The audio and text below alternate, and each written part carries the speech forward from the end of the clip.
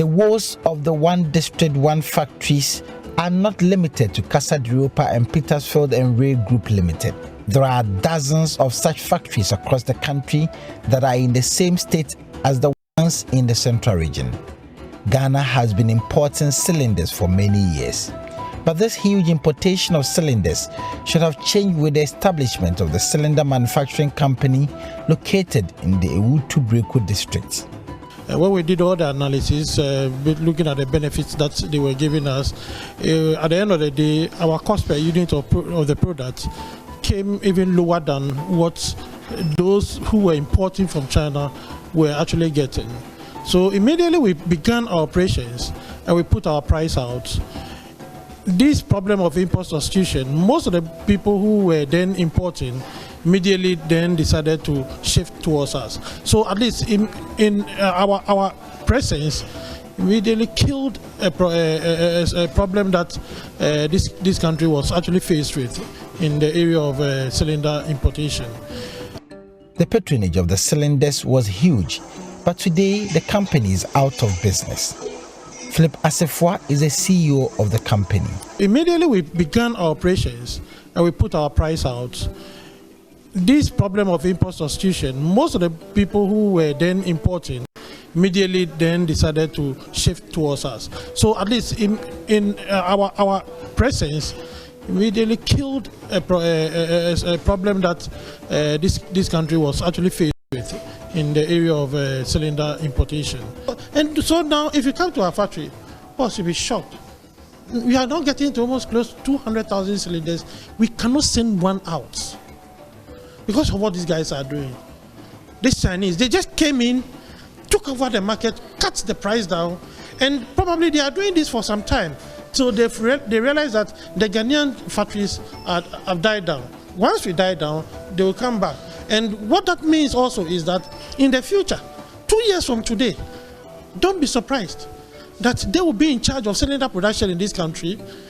And when we are suffering, we are struggling, we are talking about exchange rate challenges, they will pack their dollars and take it away. In times like this, when a Ghanaian from Okanshin has set up almost a $10 billion factory. So that is the challenge we are faced with. Philip Asifua paints a gloomy picture about their investments. He said their investments are under a serious threat and government should ensure that Ghanaian businesses are highly protected. A nation is supposed to be there for its people. China developed their country, they blocked everybody and they developed their country. Deliberate policies, protecting themselves and making sure they got to where they are. Now they are rich and they are now hitting us. We cannot continue to talk about level playing field because what they are doing, this is a direct attack on us in our own country. My brother, if you come to the factory, you'll be shocked. You see the cylinders plenty. We can't take them out. And workers are working. We have to let them go home. This was a factory commissioned by the president just about 2 months ago. We were doing fine until this thing happened. We've written to certain agencies that we were expecting to at least come in, and I was shocked. If management was made aware that Exim Bank was not going to give us the money upon completion to operate the factory, there was no way we would spend our last peso to commission the project. If you look at the activity leading towards the commissioning, we needed to pave the area, and that cost us a lot of money. That money could have gone into sales, because we don't need to pave our factory before we sell product. But we needed to complete the factory and put it in a shape that is reasonable. Everyone knows that. Ebenezer Obin-Bafo is the Chief Executive Officer of Casa de Europa. Petersfield and Rail Limited is a manufacturing company under the One District, One Factory, established in 2018. It was established to produce high-quality natural fruit juice. Electricity came to disconnect just this afternoon. I had to go into my own resources to go and pay for them to reconnect the electricity. I don't know if now I'm in a dilemma as to fold up or not. It can happen soon. It can happen anytime from now. But it appears all is not well with the factory. Today, the processing plants have been shut. The factory is eerily quiet. Power to the plant had been disconnected on the day of my visit. Payment has been demanded long ago. It's more than 2-3 years now. But anytime they came, I told them there were problems that we need to solve before making profits. And that is to be difficult to pay. The shutdown of the factories has had a huge consequence on employment in the operational areas of the companies. When the factory was working, I could use my monthly earnings to support the upkeep of my family. I was even able to use my salary to support my grandchild's senior high school education. If the situation now existed before, I'm not sure I could have supported my grandchild's education.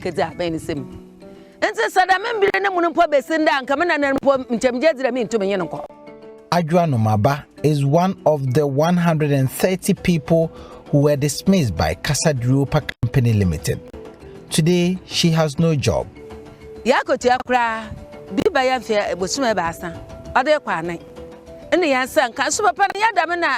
man has never defaulted in paying our monthly salaries, but now he owes us more than 3 months. This is not how it used to be in the past. When the factory had not been supported by government, things were very okay. All that the man used to do for the communities here, he's unable to do them again. We thought government support would rather help. Well, here we are on the back of that latest Hotline documentary. One district, some factories. We're getting into that all-important discussion, a flagship program of the current administration. But has it lived up to expectation? What are the gains? What are the losses? And what is the way forward on 1D, 1F? Well, joining us for a conversation, we have Dr. Sumaila Asa. He's a development expert at the CK Tedham University of Technology and Applied Sciences. Dr. Asa, a very good morning to you, sir. Morning, my brother, and I hope you are doing fine. I'm well. I'm alive and kicking. Yes, also in a to wet, if you wake up and you're healthy, you're strong, you can do what you do, you thank God for it. Hello? Dr. Asa, did you hear me? Yeah, yeah, I'm doing fine. I'm live and kicking. Currently located in the Upper West region. Currently in the Upper West region. Good to hear. How's the Upper West, though? Are you in Wa? I'm currently in Wa. Right. Yeah. All right, so we contemplate this latest Hotline documentary and what it evinces on the back of 1D, 1F. But let's start from, even before we get into that, let's start with your own assessment from what you have seen in respect of one district, one factory, that policy. What would you say the status is currently from where you sit? Thank you very much. I think I was one who was very, very happy when this initiative of the one village, one dam. But I had a mixed feeling because my concern was the approach was not the best. The prescription of development that we have been advocating for. But it was an initiative that fits well with the context of what we call local economic development, which has been the agenda taken from the Chinese consensus approach. We think we need to develop homegrown processing companies, at least to a level of processing raw material beyond just just taking it from the farm or from the ground and straight to the international market. So to me, it's a good initiative, but poorly and wrongly implemented. Let's look at, we'll do this then, Dr. Asa. We're struggling to hear you. The connection is not the best. We'll try to reconnect with you. But as you well know, we have that latest Hotline documentary, One District, Some Factories. We've aired that documentary. Starting from yesterday, we brought you details of it. And you may have seen the different factories, whether they were erected from scratch or whether they were aided by government through funding for some of the activities they engage in. But the picture that is painted is that, well, some of them are up and running, others are not living up to expectation, others are not getting the sort of funding they expected. The support some of them got has not yielded the results they were expecting. Some have even questioned the commitment of government to its own flagship policy, one district, one factory. Some have also said, especially those vying for flag bearership or flag bearer positions in the different parties, the major parties have said, look, if we get 1D, 1F right, that in itself could save us from economic distress, where we find ourselves now going to the IMF to knock on its doors, begging for arms once more. So what is the real situation? We'll try and get Dr. Assah back on the line to share his thoughts with us. The connection was not so good, but as and when we get him, we'll be able to proceed from there. In the meantime, let's take some more snippets of that Hotline documentary. All right, so I hear we have Dr. Assah back. Doc, welcome back. I hope the connection is better now. It's better now. I can see that. Great, great. I can hear you better as well. So you were making a point right before the break. Hello? Yes. Yeah. You were making a point right before we lost you. Yes, exactly. So my concern I was raising is that it's a good initiative. If you look at the history of development in this country, at the critical moment when we got independence, when Nkrumah talked about import substitution industrialization. And if you look at the 7-year development plan of Nkrumah, that was well established. So there's no two ways about the fact that we need to have homegrown industrialization. And for that matter, the one village, one dam, one district, one factory was an initiative that I lauded much with. But I raised concerns at the beginning of the fact that we over-politicize it. And then we also have not been able to position it under a broader development paradigm. Because at any point in time, if you look at all the countries, especially in the Asian sagas, how they have been able to industrialize from this kind of initiative, they did not just put it as a political statement or, a party manifesto. They are well synchronized with a national development agenda. If you look at China, 30, 40 years ago, China took that initiative and made sure that whatever that is produced in China has an added value. So it is a good initiative, but as I said, we did not really approach it from the perspective that we development analysts or development advisors wanted it to be. To me, I think we needed to be very careful as to how we approach it. One, every district did not necessarily need a factory. We may have agglomeration of districts with one factory, depending on the raw material base. If you come to the Upper East region, and then you look at Bolgatanga, you look at Navrongo, you look at Katsina and Kana West, that is 2 districts, 3 districts, and then part of Boku. One major economic activity that you need a big factory for is irrigation. So irrigation-related industrialization, for instance, like the tomato factory that we had one in Palugu, defunct, and up to date, we don't know how to get it back to life. These are the initiatives. So you did not need to dot and then thinly spread the initiative around every district. You needed to bring the district with similar local economic potential together.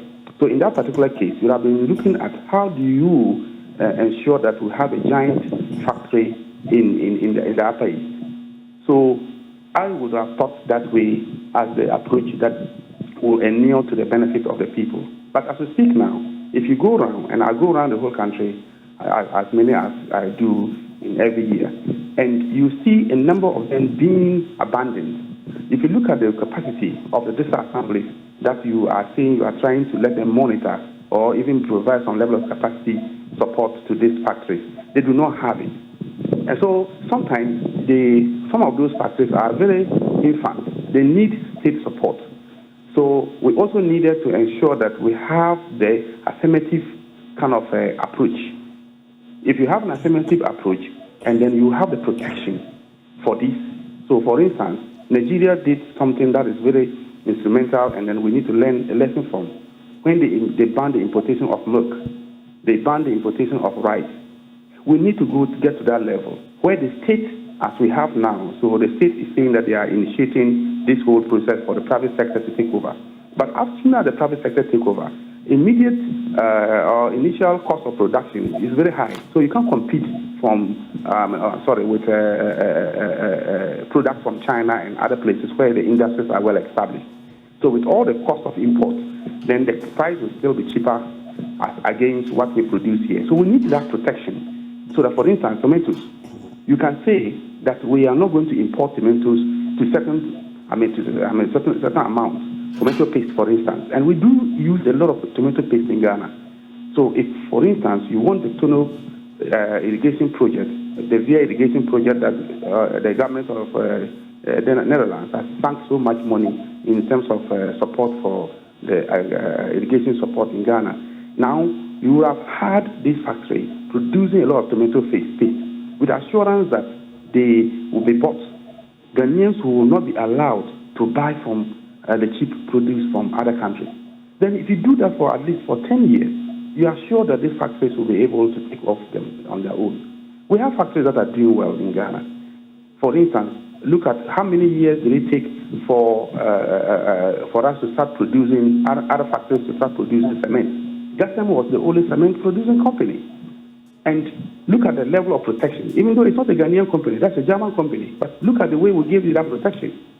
So we need to do such for our Ghanaian initiated projects or factories like 1D, 1F, until we're able to move out of the politics and then put this in very serious development perspective. We will not go anywhere. Because the facts are very clear. If you look at the documentary, these are self-initiated projects that were doing well. But as soon as government comes in, then they begin to crumble. Why? And that question we have asked all the time. And we know exactly that as soon as politics come in, then different kinds of games are played. Sometimes some people, even in the community, may not even buy the product because it's NPP or NDC initiated. So we need to move away from this party, NDC, NPP, and get a national development agenda. And how are we going to plan in the next, say, 100 years or the next 40 years, the next 50 years? How do we want our industrialization to look like? We should not be so much like we have left behind. Yes, we are left behind, but we can't just use 1 day or 2 days or 3 years, 4 years, as we do in Ghana, to catch up with the world. Let's agree that we have really done something wrong in the past. Let's agree that we have an agenda ahead. Let's agree that we need everybody in Ghana to contribute to that agenda. And gradually, we may live and may not see the change that we are looking for. But we should initiate it as Ghanaians. That, look, it's my government that I was able to put up this development plan. And it's my government that has come to implement it. Let's start letting the politicians know that development is just not a matter of fixing infrastructure on the ground. But infrastructure by itself does not translate into development. It is the human beings, the mindset, the attitudes. How do we change people's attitude to even understand that we need to buy Ghanaian products?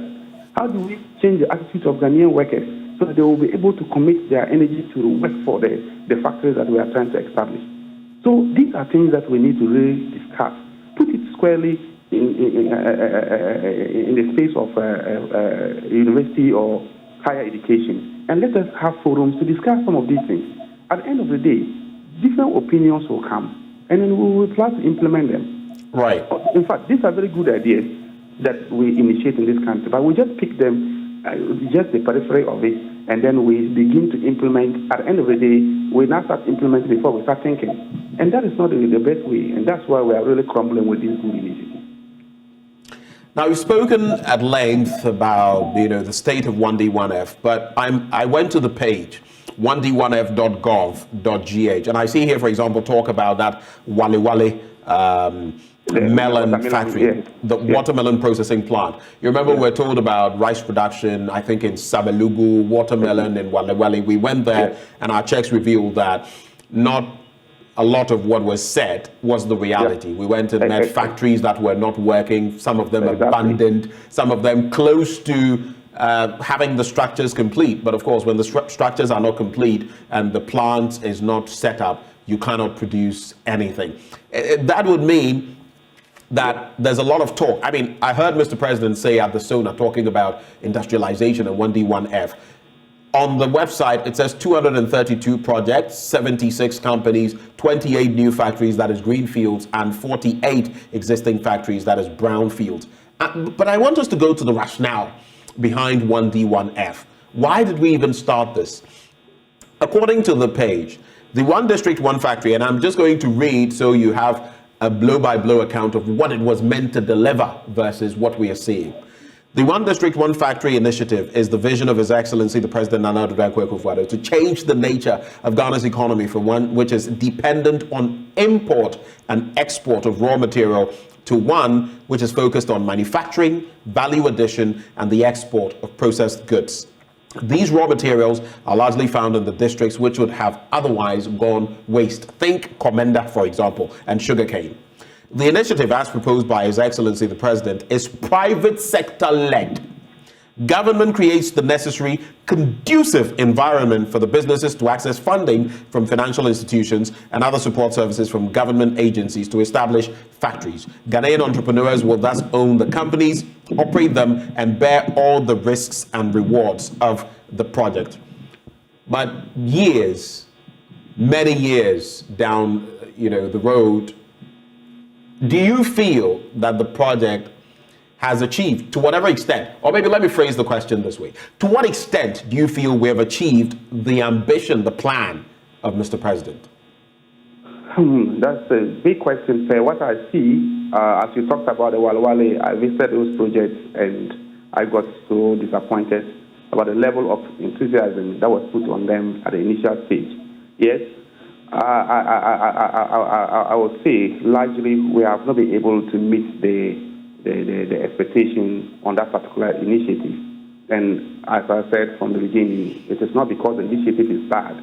As you have read it, that's all what we have been prescribing for developing countries and Ghana in particular, that we need to go to import substitution industrialization. We need to let the private sector lead. The state will only provide that kind of sovereign support for the businesses to take advantage of facilities and resources. The state will facilitate by providing, let's say, roads and other infrastructure that will enhance the operations of these factories. So, well said by the President, well said by the policy document, well said by the vision of the 1D1F. But as I said, the implementation has always been the challenge. From independence, we have always had good policy. We have always had very good initiatives. But unfortunately, we have not been able to move them beyond the expectations that we have. But that's where the question has always been why. And that's where I come in to say that the why and is because of politicization. We do not need to be talking about 2 million numbers. You may not need to initiate things and then want everybody to benefit from it. In this case, we are saying that every district will benefit because of the numbers. Oh, it's my time. During my period, I was able to initiate 200, factories in the district. I was able to establish 100 factories. Is that necessary within 4 years? Is it necessary within 8 years? Must it happen within your time of government? Is that also to say? Is that also to say, even before we go ahead, that we are not realistic in setting targets? Exactly, we are not realistic because, in fact, Ghana is not for today. It's not for 4 years. So, what are we planning in the next 50 years? Because all these things, if you look at the Asian targets on the Singaporeans and then the approach to some of these things that we are talking about, they did not just take 4 years, 5 years, 10 years to even do them. They started and learn from the mistakes. So you initiate few ones, and then you have that in mind in your national development agenda that this is what we want to do as the government of Ghana. In the area of agriculture, we want at least in each of the ecological zones. Unfortunately, we have ecological zones with unique identities. So if you come to the Savannah ecological zone, if you come to the Middle Belt, if you come to the forest sector, if you come to the coastal area, then can we identify something that can unify the resources that we have in those ecological zones? We can start from that level. And from each ecological zone, you begin to spread and increase the number of the factories. So you don't need to, I said from the beginning, you don't need to every district to be given a factory. Because if you're looking at factory here, we are talking about resource processing and then production. So you don't need to have each district having a factory. And that is the current challenge. In fact, I've been to places where the same duplication of factories, so the same in this district and the same in this, and they are all to use the same resources from the same catchment area. So the resources will not be available for the two factories. But if they were put together as one, definitely they would have been able to operate with the resources available. That's the raw materials available. So it's the politics of numbers.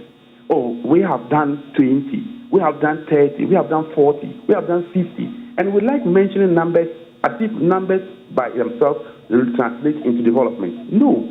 Please, let's understand that we are lagging behind in terms of our natural resources and how we sell them to the international market. Accepted that we have been exporting a lot of raw materials that are very natural and raw. We don't add value to it. We agree that we need to add value. All these are established scientifically that we need to do that. How we do it, let's humble ourselves and understand that we don't have the resources to do the bigger things that we are looking at. So let's tackle it from the ecological zone. If you come to Savannah area, and then you can even now look at specific areas. As I started by saying, the Upper East is irrigation, and then the people have the interest. For instance, everybody in the region seems to have some unique interest in irrigation. Now we have irrigation projects. How do we transform them into a factory and the produce can be processed and value added to them? If you come to the northern sector or the northern region, what is there? If you come to the Ashanti, and then you see that there are other opportunities there. In fact, in the Upper East and then in Ejura, you could even have one factory that can take advantage of the maize. So if you go to Ejura, you come to Sisala areas in the Upper East. These are the predominantly maize-producing areas in the country. If you cannot have one factory two factories in both locations, we can have one factory at the middle somewhere that can process the maize. And we have to, as much as possible, ensure that when those maize are processed and produced, then we make sure that they are bought. We don't go to Brazil and bring maize to come in for our school feeding program. You see, so we take initiatives, and then because of politics, and then this interest of our imports, it is very established fact that political gains come from different sources, and one of the main sources is that I'm giving contract to import this, and Ghanaians, we are so fan of that because we import, we add one or two values, and then the politicians will come in, and at the end of the day, the people get their kickback. So buying of local produce is a challenge because of that political paradigm that we have developed. We need to kill that. And then if the president or anybody wants to promote this agenda of local produce, and we need to also develop local consumption pattern. So if you're not able to develop a local consumption pattern and then enforce that, the children will, over years, will say that, the Ghana rice is not nice. Cook it, and that's the only one available. All schools eat only Ghana rice. And then they see whether the factory in Walwale is taking advantage of the natural rice production or not work. But we allow political parties and then individuals in there to go and start importing rice from the U.S.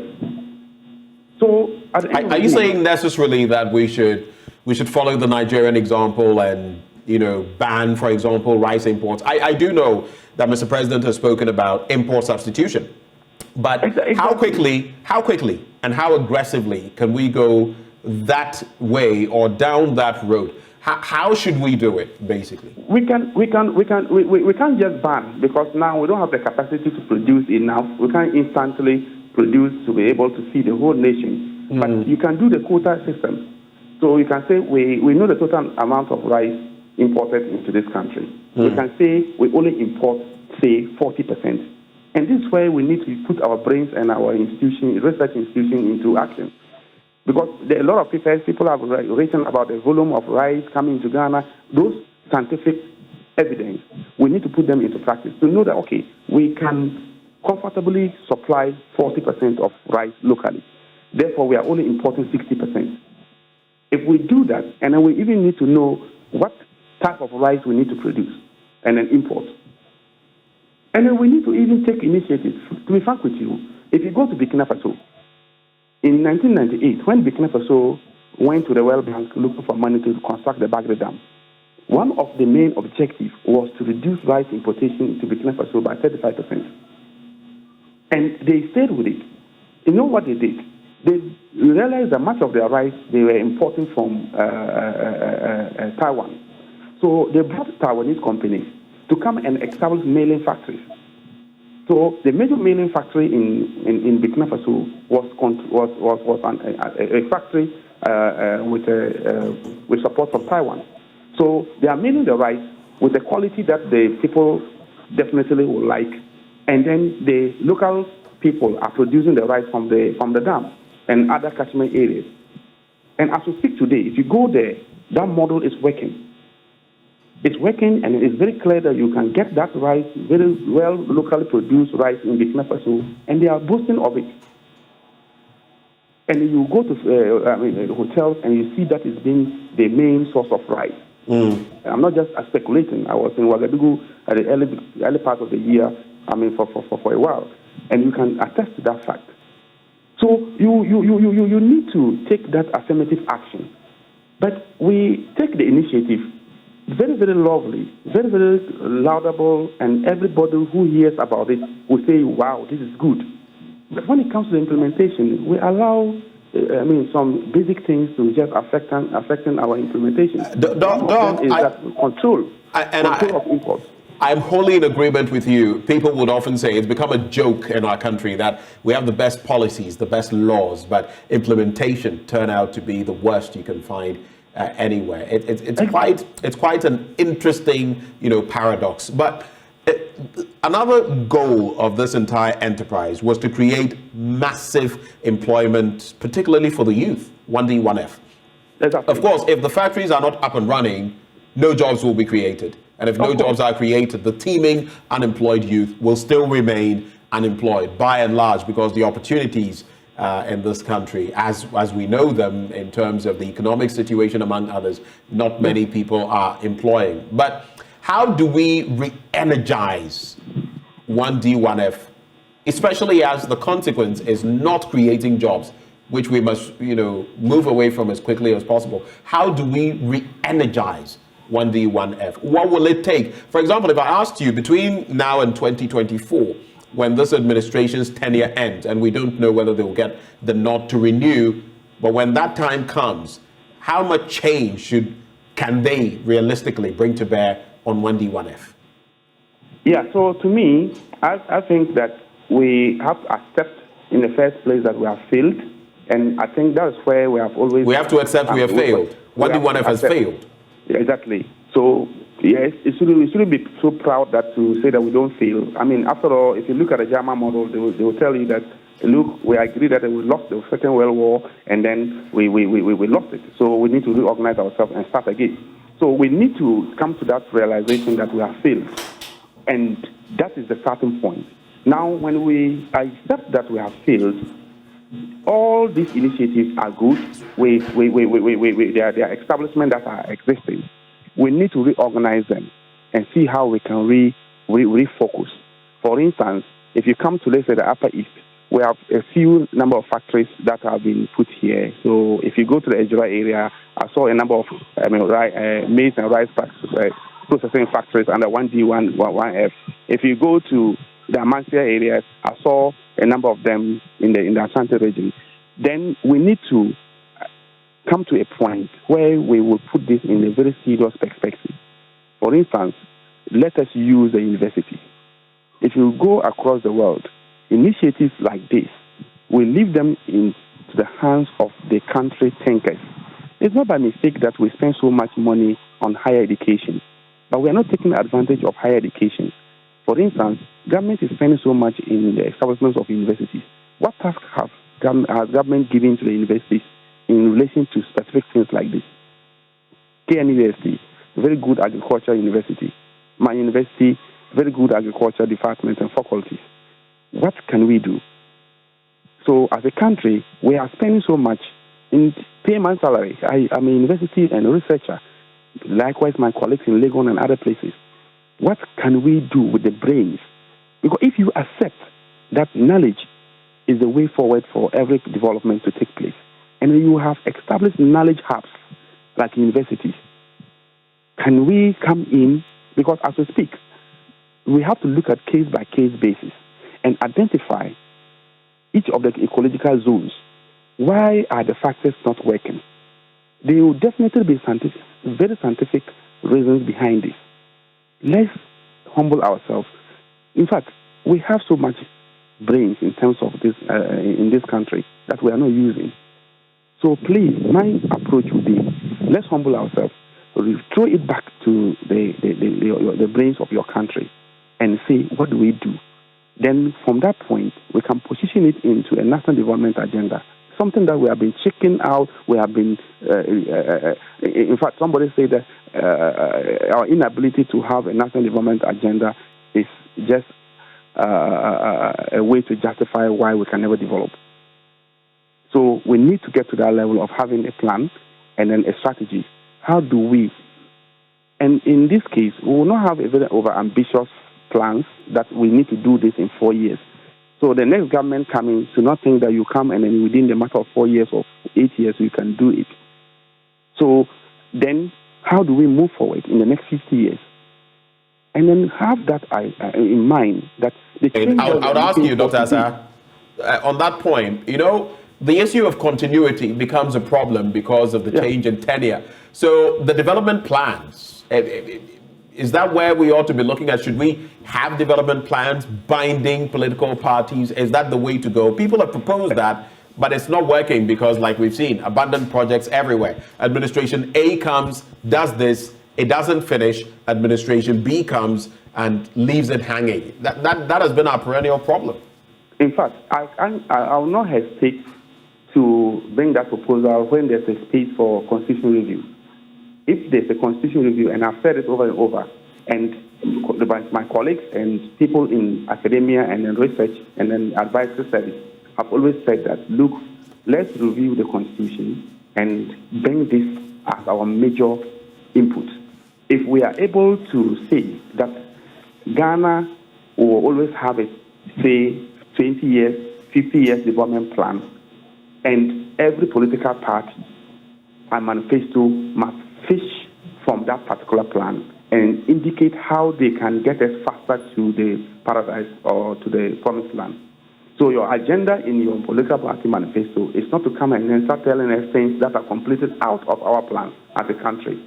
But how do you get us there quicker? That will become your focus of your manifesto. And this must come in the Constitution. If you want the Constitution, the country to develop, the Constitution must be the binding document. And we always refer to it.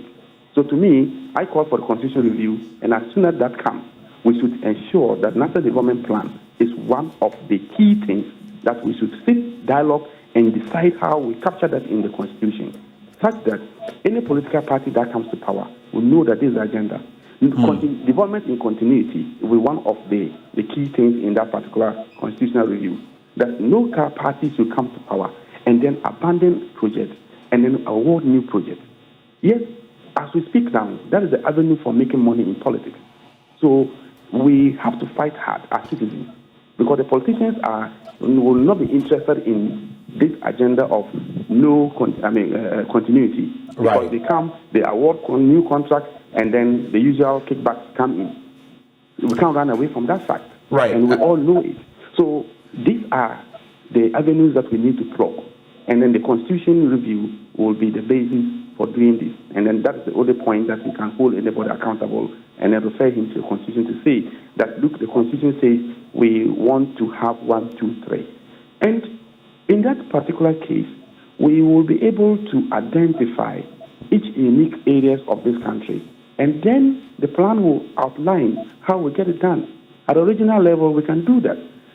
District level, we're already doing that with the medium-term plans. Every district in Ghana, every 4 years, go through a medium-term planning process. We do that. So why can't we put all that together and have a national focus? So you do medium-term plans of districts, and then a political party comes to power and throw its manifesto as a document for development. Then most of the things that are put in the medium-term plan are thrown out. And sometimes they say, oh, now the medium-term plan has to now realign itself to the political party manifesto. So we have started away the decentralization process that we started. Now let's decentralize and centralize the plan. And then we have the national level control of the decentralized plans. And that's where we can go. NDPC has already been established. So to me, sometimes I feel so sad that, yes, years back we talked positive, and along the line we begin to behave as if we don't have the thinking capacity. Why can't we give serious capacity to NDPC and the universities? Universities are supposed to produce knowledge. What knowledge are we talking about here? In what sector of the economy can't we have knowledge in the universities? All the research that we are producing, universities we are fighting, government should give us research fund, give us research fund. And we have been saying this all because we want to produce scientific knowledge that will enable the benefit of the state. If you go to South Africa, they give that support. You publish a paper, then you are contributing to knowledge for the country.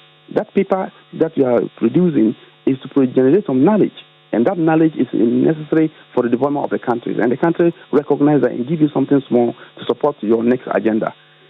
Why can't we do that? Is it too much? But why do we even over-concentrate our resources into certain areas? For instance, we overspend so much in, say, politics. For instance, parliament. If you look at the amount of money that is given to parliament against the amount of money given to universities to generate knowledge, yes, we need to pass laws, but if you pass laws that are not workable, is it necessary to pass them? The citizens need to be aware. The citizens need to economically be empowered. And it is knowledge. We have to recognize that knowledge, the Bible says it, for lack of knowledge, my people perish. And we have to recognize that knowledge. And we understand that the basis for knowledge is the development of a country. And we leave all this, and then we are rotten. You go to universities and research, documents are lying without anybody taking them into action. So to me, I think, yes, let's go back to the drawing board. Yes, it's a good initiative. 1D1F, good initiative. All that we have done already that are not working, don't let us throw our hands in despair and say they are not working. We can repackage them and let them work, but it needs a gradual and time-taking space. And let's recognize that if we have done something and then it's not done well and the outcome are not desirable, we don't throw it out and say it is not something that is workable. 1D1F is possible, but we need to rethink and refocus it and redirect it, in line it with the national development agenda. And that is how I think we can conclude on this. Some interesting thoughts you've been sharing with us. Dr. Sumaila Asa is a development expert at the CK Tedham University of Technology and Applied Sciences. But from Zoom, let's come into the studio. We have a former president of the AGI, the Association of Ghana Industries, Dr. Prince Kofi Klujasin, joining us in the studio. Doc, a very good morning to you. Thank you, thank you. It's been a while. Yeah. I don't think we've had an interaction this year. No, you promised taking me to lunch, but you didn't do that. I did? I did? No, that we should, after the program, I'll remind you of the date. I think we have a lunch date that we've not lived up to. Then we have to remedy that. We have to remedy that. Children of today, you must remedy it. We must. Okay, so let's talk about remedying 1D1F. Okay. We put out a new documentary, our hotline documentary, One District, Some Factories. We've gone round, and there's been a lot of talk. I was just, reading stuff from government's own page, 1d1f.gov.gh, about what supposedly has been done versus what we go around and see actually has been done or is in motion. So I want to find out from you. You've taken stock of all of these, and as former president of the AGI, you know how crucial industry is to the development of any country. To what extent, for you, has 1D1F lived or not lived up to expectation?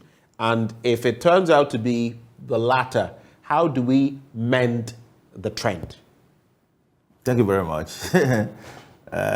One district, one factory is not the factory. from ground zero. Right. The political appellation, whatever, it's fine. But it is a business, okay? Business begins from the foundation, of the vision, which the president has, which is very laudable visions. Because countries like Korea, China, and all of them, they are surviving and succeeding because of factories or industries, as you may want to choose them. But the issue from the 1DF is from the foundation, from that vision. Okay. It's from the foundation, the structure of the 1DF. See, government has no business setting up factories and running them from ground zero. They don't have any business because it's not their vision, it's not their business. Business is run by private sector people who understand that business and control it. Two, one of the major problems we have in Ghana today, we keep on saying every day nobody's listening, is the shareholding of the facilities of the industries. Who own those factories? Who puts money into it? If you put money into something, you want a return on investment, you make sure that it runs. You are committed to it. You are committed to it. So in all over the world, the structure that work, which is equity or shareholding, which you see all over the world, like Malaysia, AGF, Malaysia, India, and all of them that we've been through, Israel, it's always that. You see, are there beautiful buildings as you've seen them, there are machines in there. So why is the production and the marketing not working? Those are the issues. And it goes by who get the return on investment, after the investment. So the basic problem, in this country, which we need to address in everything, is the foundation.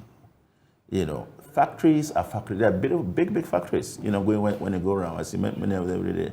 But number two, when you go to the shops, there are many things that are being brought to Ghana today.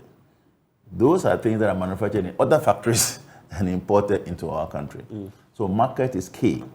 Now, if you look at the African Continental Trade Agreement, these factories should not be suffering. Because when I was a year president, one of the things that we did was that we opened the West African market. And I can tell you what we do was that we go to Burkina Faso, Liberia, whatever it is, to be able to market made in Ghana products. It was the most successful, at that time. You know what that reminds me of? Yeah.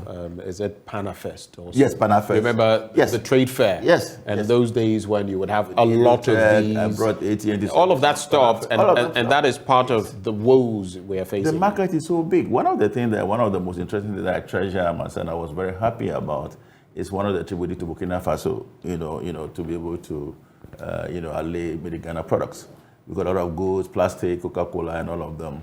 And then we even got motorbikes, police motorbike, we went all the way to the border, Wow. And we put a banner on the vehicles, so you got an industry, so and so and so and so.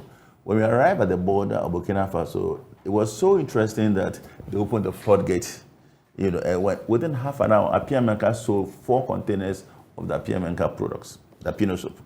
Within half an hour, it all went out. All the plastic goods, people have to restock because of the way we did. And then so I went back collecting things from the manufacturer to thank the custom officers, at the border. You see, the huge market within the West African market, 250 million, people is.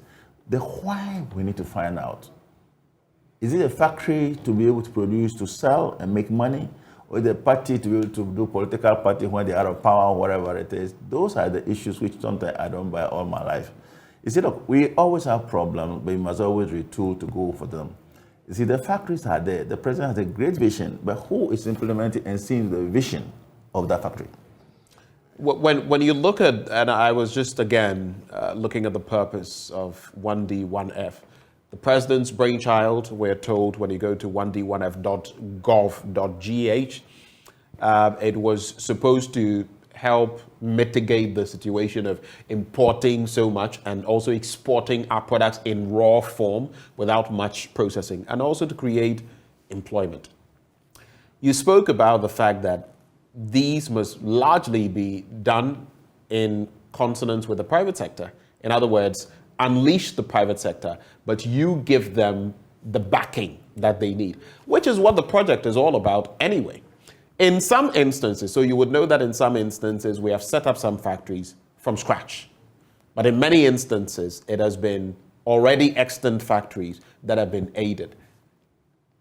They seem, it would appear from what you're saying, that they should be doing the right thing. But it appears that there still are so many problems. The system is hobbled, and clearly, palpably, we're not getting the results because it was supposed to impact especially youth unemployment. I'm not saying it. That was one of the goals of the project.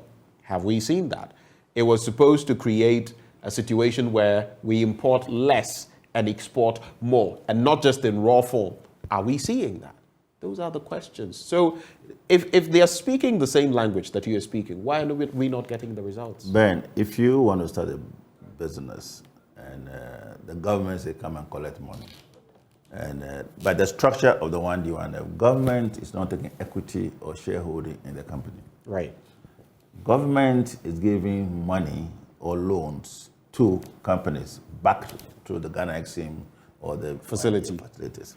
So somebody go and collect $10 million or $20 million, whatever it is, and it's supposed to do A, B, and C. So he collects it, and the A, B, and C vanishes. You will know within 3 months what is happening. Some of the risk people behind this issue, they quickly go look at it and said, the reason why the funding was given to you was not being implemented, so they withdraw back. You see, everything in this country, please, please, please, please, whoever is listening, from the problem you're having today, whatever, it's all about equity. You know what? You see, when you go to South Africa, one of the things that they've done, they went and learned from the Malaysians and the Singaporeans. That says that, the NIDA, the Denmark, they have 3-tier. Ben had 33%, the manufacturer, the expertise who come to have 33%, and also you, the company.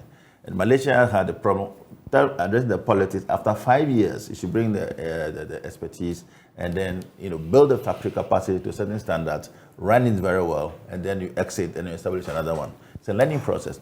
The major problem we are facing in this country is the structure of the 1D1 factories. So that they are so huge, that when you go in there, it's a very small machine, and then a huge building. So debt begins already. Right. Debt begins already. And a lot of them agriculture, that the company itself is producing the farm, 2,000-3,000 acres of farm. That's another whole major problem. You see, majority of the product that we see, especially I'm into technology, Ben, they do not manufacture their own product. They are contract manufacturers. These factories, if you turn them back to a new policy, they're fine. They are built, we need to get benefit out of it. And if you look at the government is the biggest buyer for so many things. Why is government or the parasitic not buying from this factory? We need to do, the reason I'm sure for the president is that, as you said, like Dr. Asa was saying, need to be able to invigorate and get, students or communities that are trained to remain within their communities, which is some Indian and Chinese have done, so that they don't migrate to the city to populate the city. If you look at the government statistic migration report, of recent, most people are migrating from their communities to Accra, because of jobs, because of good living, but they're not remaining within their communities. I believe this is one of the things that the president one this one factory, one free SHS, one of them, so that the community can grow and succeed. Now you have so many universities, in the communities, as Dr. Asai is saying, but we are not even tapping knowledge or employing people or getting consultants from those to support the industries. So we need to go back, to as to continuation. Another thing, like I hear Dr. Asai, I don't see where factory got to the constitution change or government change. Now, don't forget, within the AGI group, we have a lot of foreign companies here, Interplus and all of them, for many, many, many years that they're succeeding. Why are they succeeding? And the new one that we are setting up are not succeeding. We need to query that. But I think that it's a private sector-driven business. And also the banks who are giving, money, whatever, must ensure that the factory succeeds to the market. You cannot be a wholesaler, manufacturer, wholesaler, and retailer at the same time. Some of the structure that we see within the manufacturing sector, they're also a wholesaler, they're also a retailer, they're also but when you go to the shops, if you go to Malcolm, big shop, you seldom see made in Ghana products in the factories, Now, of course, the laws are there that if you look at Dangote Group's, structure, and you really look at the shareholding, you probably own about 20%. But most of them are the investment bankers and whatever. Sometimes I take on my friends who are into investment banking. These are investment banking issues. This is why we establish a stock exchange. Right. These issues should move to the stock exchange so that they can raise funds, so that they can be monitoring and reporting issues. So what are the crucial ends of the thread that we are not tying then? You've spoken about financing the projects, you've spoken about owning the project so that people are committed to it. Of course, if you sink your funds into something, then you want to, put your best into it. I have also heard in the past, I remember there was someone in the Ashanti region who said that, yes, we'd been told this was it. We're given some initial access, and that was it. There's been no further help as far as our benefiting from 1D, 1F. How then do we roll this forward? Because I'm looking at some of the sums and the figures. Sometime in 2020, government released some 465 million Ghana cedis for the start of 1D, 1F. You would move on, you would find that there was a project in Ningo Prampram for about $30 million. We've sunk money into this. That's the bottom line. We've sunk money into it. And like many other projects across different administrations, we put money into something, we don't get back the value that we wanted from the money. So it becomes debt, it becomes abundant entities, it becomes another albatross around our necks, and we end up at the IMF like we have now. So between now and the end of this administration's tenure in 2024, and I say that because no one can guarantee what will happen in the elections, and whether even if within this administration, if one of them were to take over as president, whether that person would even continue with that drive as this administration maybe has started it. So what measures should we put in place between now and 2024 to bring some sanity into 1D, 1F? Look, this is my opinion. I've always said it. See, most of us today who have succeeded where I'm brought here today is because we started life with no small way. Nobody thought we'll be here where we are. You see, there's no problem with this country, whether it's IMF or whatever. A lot of the issues that are happening today, when we're young, we did most of those issues like telecom, like technology, a policy which we followed up. You see, look, there are so many case studies in this world. To me, I don't blame president. I don't blame any, I blame parliament. You blame our parliamentarians? Parliament. How so? 275 young, brilliant people in parliament are supposed to ensure pass laws that will benefit Ghana, not politics of election. I'm saying so because these issues, if you want to talk about Ghana, you don't have an equity law in this country.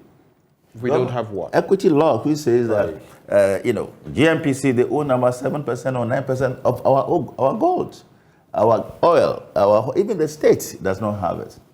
You see, we need to have equity law that says that to be able to do business in this country, then the owner is entitled to 30%, South Africa had just been under the black empowerment. They went a copy from Malaysia and Singapore. All this IMF issue you are talking about, it's only $3 billion, But then you see publication that gold has brought in $6.6 billion and Ghana has, 5-6% equity in it. You're not going to go anywhere. You see, the factories, I'm sure that they are built already very, very good assets. If you put valuation on them, you get some number. Whatever it's put on them. Do you need a $30 million factory in Ghana? The answer is no. Start from somewhere and grow up. I don't think that the money, the value, those who manage the company also, do they have a $30 million idea of managing companies? Are their experiences? So nothing stops us from bringing technology and knowledge to manage those businesses like it's done everywhere. If you go to Dangote, the group, you see that apart from the top, below are many experts from many countries, General Electric, Indians, or whatever it is. So we need to start from somewhere and believe that we need laws to say that from 2025, 2026, we need to be able to create laws so that when retiring to be in whatever village you find yourself, you are entitled to this. So that money they give to you, it's enough as an equity. You don't need to get the 100% of the funding. Somebody also bring in, another 30%, which will have interest to manage the company, and then the other maybe for the state or Ghana Exim or those who are supporting it. But if Ghana Exim is going to be, guaranteeing and borrowing money to people, and then they are not paying, and the rich people are not saying, how will they put in the second tranche on? This is where the equity comes in. So I believe that these things are very, very good. We should not cancel them. We should not run them down. They are factories. They are big buildings. When the whole weekend, last weekend for the independence, the Darfur chiefs and all the delegations. They came and thanked the president, for the factory, the Japan factory, which has been textiles, which has been the embodiment, of the employment for the community for many years. Today, they are thanking that they've started again to revive it, and they came and gave the president for their happiness that the Japan factory is within their community. I saw that just last weekend in Ho. Right. Now if you look at Kosovo textile, most of these issues, it can happen. But I believe that the managers of these must go back to the president and let the vision, what do you really want to achieve? You see, so that if we do that, if Ben is appointed today as the CEO of One Day One Factory, what would you do? It's a question. Maybe do something different. Not emotions always, whatever it is. We need to know that these are laudable things. Let them register them, and also let them bring the factory in the international, maybe let us plunk down the African continental trade. Because when you look at the numbers of African continental trade, where AGI hosted the African continental trade, the numbers that are coming, they are huge. Even pineapple juice alone, you cannot supply Africa. Even if you do that pineapple juice from a kumfi, and you really structure it very well, it'd be huge. You cannot even supply the thing. So let us put it into the right structure, so that the objective of it is to benefit Ghana, the student, the employee, so that more can be built. That should market open, that should guarantee market. The owners and the managers of the factory, another problem we have in Ghana is that the owner does not have expertise to manage. We own, but somebody must manage to allow proper management so the emotions, does not come in. Those are the issues. Because see, when you went to India, we let them get to India, went to one of the things happened in India when we went as AGI to meet the modified association. Asked a question at that time, the minister, why the success in all these things? The minister told me at that time, well, the reason why they are doing all this is in India manufacturing and all that they don't want the youth to move to Delhi to populate Delhi. So they are putting the factories like we see from different parts of the country. Yes. Everyone converging on Accra. So they did that so that people can stay in their factory. And then from the factory, led to technology. And today, 96% of all the CEOs in the world are Indians. Yeah. You see, so we need to be able to have, you see, the politics, when I hear it, it saddens me. I don't see politics in Ghana yet. I grew up in the U.S., Chicago, many years ago.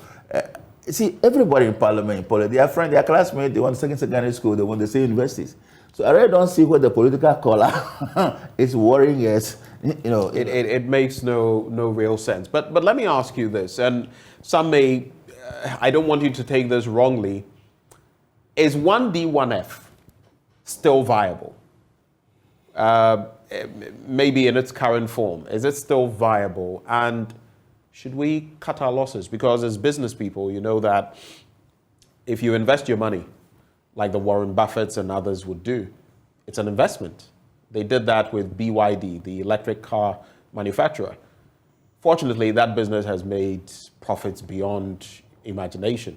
And I think from a $200-300 million investment, they've made about 10 billion out of that over time, over 10 years. But in this instance, we've sunk so much into 1D1F. What we've got back, we cannot quantify because everything is in patches, bits, and pieces. As a country, if this were a business, and it is on a much bigger scale, should we cut our losses or should we keep pumping money into a venture that really, you can talk about the Akumfi factory. The watermelon factory in Wale Wale hasn't taken off. In Sabelugu, when it comes to rice production and all of that, look at our importation of rice. It's still up there. So if it's not achieving its ends and purposes, what do we do? Do we continue making it a flagship You talk program? about BYD. How did Warren Buffett sitting in the US, knows about BYD way in some village in China. If you look at Adidas, you look at all these companies, they are village factories, man. They are village factories when you go and look at them. Samsung is a village factory. Foxconn, that produces iPhone and all the computers. Do you know iPhone does not have a factory?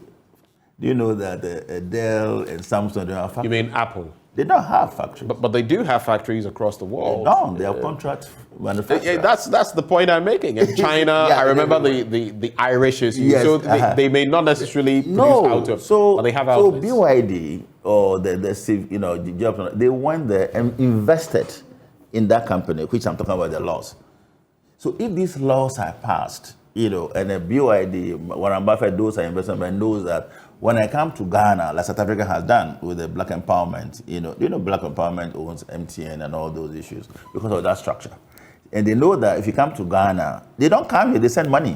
They look at the projection, they look at the forecast for the next 10 years, and the valuation or whatever, and they send money through an investment bank, whichever bank, data bank, or whatever it is, and the thing happens.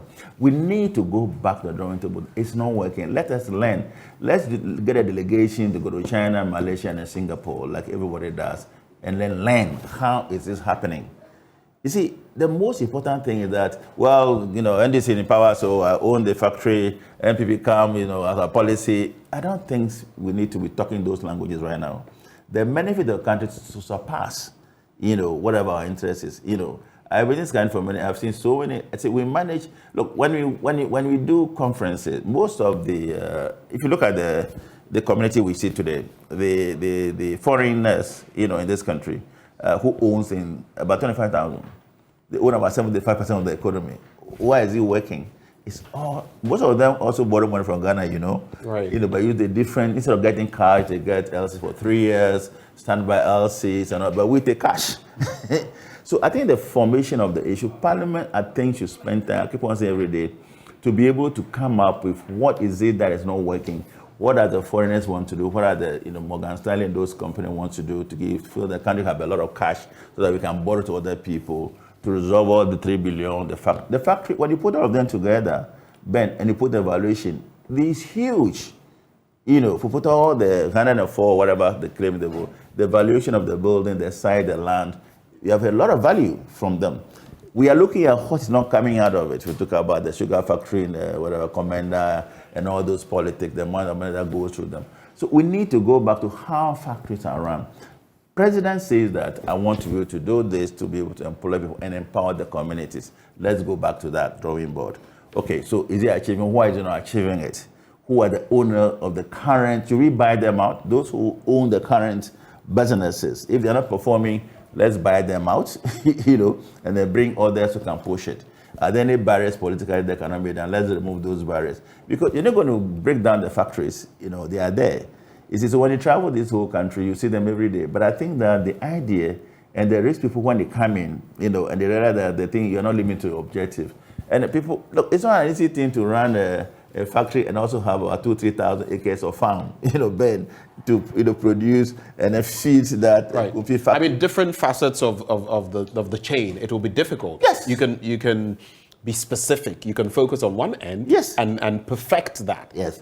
See, when you go to, I mean, there are other entities though that have been able to master. You look at, I don't want to mention brands, but there's this American juice producing brand, for example. They grow the grapes and all of that. It's farmer owned, and they produce the thing into fruit juice and all of that. But it's not every entity that can do that. Which brings me to my maybe final question to you.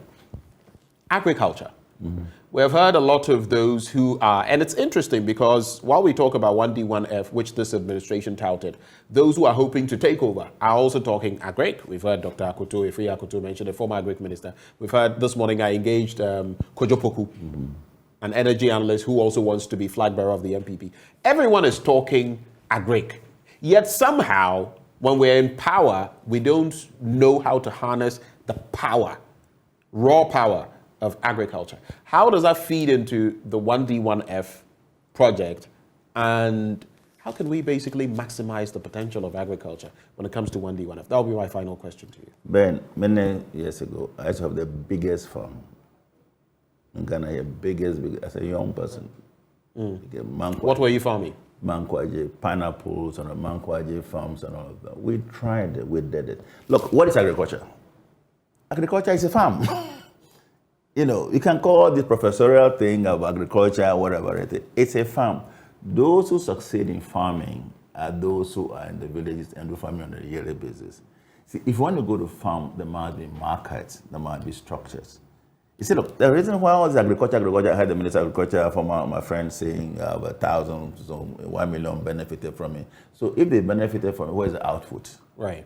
You see, agriculture is farming. when you go to Arkansas and all of them, you are a farmer. Walmart gives you the money. You plant on 5th March. You harvest on August 5th. On August 5th, Walmart come and harvest their products, and then they go. They give you 20 years contract to buy your produce. You go to Restaurant Rice, same thing. Restaurant Rice is the biggest rice in the world, but they don't have a farm. Tyson Food is the biggest poultry farm. They don't have farm. They have contract farms who are the support people who produce the farm under certain, conditions, specifications. Yeah, so you meet them. Yes, they give it to you on this date. This day must be ready. They come collect their whatever you call it, their poultry, and whatever it goes to their market. You see, there's all about strategy. You see, one of the universities, they talk about all this. Are they building those structures? You see, when you go to the U.S., which I know much about, or China, when you go to the U.S. today, 40% of the graduates that are coming from the U.S. Ivy League school are Chinese. About 40%. So they are learning new methods. This is why all the China business, they are succeeding because of human resource, human capital. Yeah. You see, Ghana, they're going the Indian way. Yes. You see, me, I don't have any problem about all these politics. Everybody there is my friend, my young man, I know them. Do we really want to build Ghana or self-aggrandizement? You see, we are 275 people representing us. Let us make sure that they get together and bring policy and laws that will govern this country so that we can go on, divide or whatever. We don't need to amend the constitution, if we know that, how was Joy FM set up? You see, so basically, my view in all this, 8 years, they've talked, they present paper, Ghana National Chamber of Commerce. Look, we established GUTA many years ago. The Boso Guy boys, those days, before Kufuor came, there were a lot of, readiness and so and so. So we approached and organized it to Ghana Union Trade Association. They are the biggest trade in this country. They have 1.5 million members. All the shops are in that group. The goal was that after they generate equity, they go into manufacturing and also, but today they still go to China. The Chinese have seen, how so they all came to Ghana and they penetrated in that market, and there's a fight now.